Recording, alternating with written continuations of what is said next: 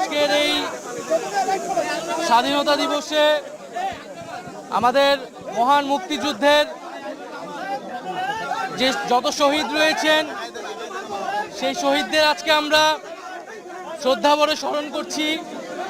লাখো শহীদের রক্তের বিনিময়েই আমরা একটা স্বাধীন দেশ পেয়েছিলাম।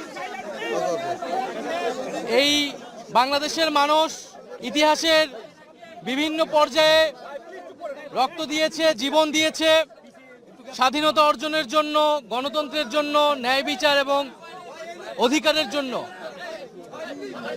সেই উপনিবেশ বিরোধী সংগ্রাম থেকে আমাদের স্বাধীনতা সংগ্রাম এবং এর ধারাবাহিকতায় 2024 সালের গণ অভ্যুত্থান। আমরা মনে করি যে আমাদের যে স্বাধীনতা অর্জিত হয়েছে এবং বারবার যেটা বেহাত হয়েছে এবং আমরা বারবার রক্ত দিতে হয়েছে জনগণকে, আমাদের যাতে সামনের দিনগুলোতে আমাদের যাতে আর রক্ত দিতে না হয় জনগণের, এমনটাই আমাদের প্রত্যাশা। আজকের দিনে আমরা যে গণতন্ত্র, মানবিক মর্যাদা, সামাজিক ন্যায় বিচারের জন্য লড়াই করেছি যুগ যুগ ধরে, এবং 2024 সালেও আমাদেরকে ফ্যাসিবাদ বিরোধী আন্দোলনে লড়াই করতে হয়েছে, গণঅভ্যুত্থান করতে হয়েছে।